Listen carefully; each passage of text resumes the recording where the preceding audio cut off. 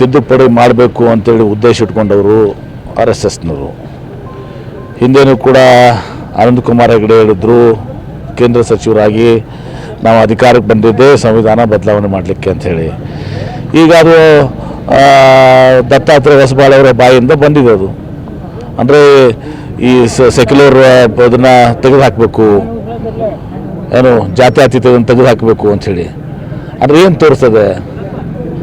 ನಾವೆಲ್ಲ ಕೋಮುವಾದಿಗಳು, ಇದೊಂದು ದೇಶ ಕೋಮುವಾದಿ ದೇಶ ಆಗಬೇಕು.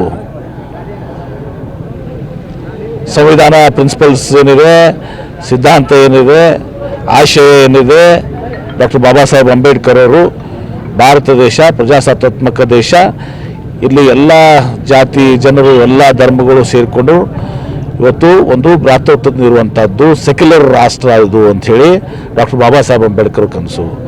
ಇವರು ಡಾಕ್ಟರ್ ಬಾಬಾ ಸಾಹೇಬ್ ಅಂಬೇಡ್ಕರ್ ಸಂವಿಧಾನವನ್ನು ತಿದ್ದಿ ಮತ್ತೆ ಇವರು ಹಳೆ ಇದೇನಿದೆಯಲ್ಲ ಮನುವಾದ ಮನುಸ್ಮೃತಿ ಅದನ್ನು ಸಂವಿಧಾನ ಮಾಡಬೇಕಂತ ಹೋಗುವಂಥವ್ರು. ಹೀಗಾಗಿ ಇದನ್ನು ಯಾರೂ ಕೂಡ ಭಾರತದ ದೇಶ ಜನ ಒಪ್ಪೋದಿಲ್ಲ. ಇದನ್ನು ತೀವ್ರವಾಗಿ ನಾವು ಖಂಡನೆ ಮಾಡ್ತೀವಿ. ಇದು BJPಯ ಹುನ್ನಾರ.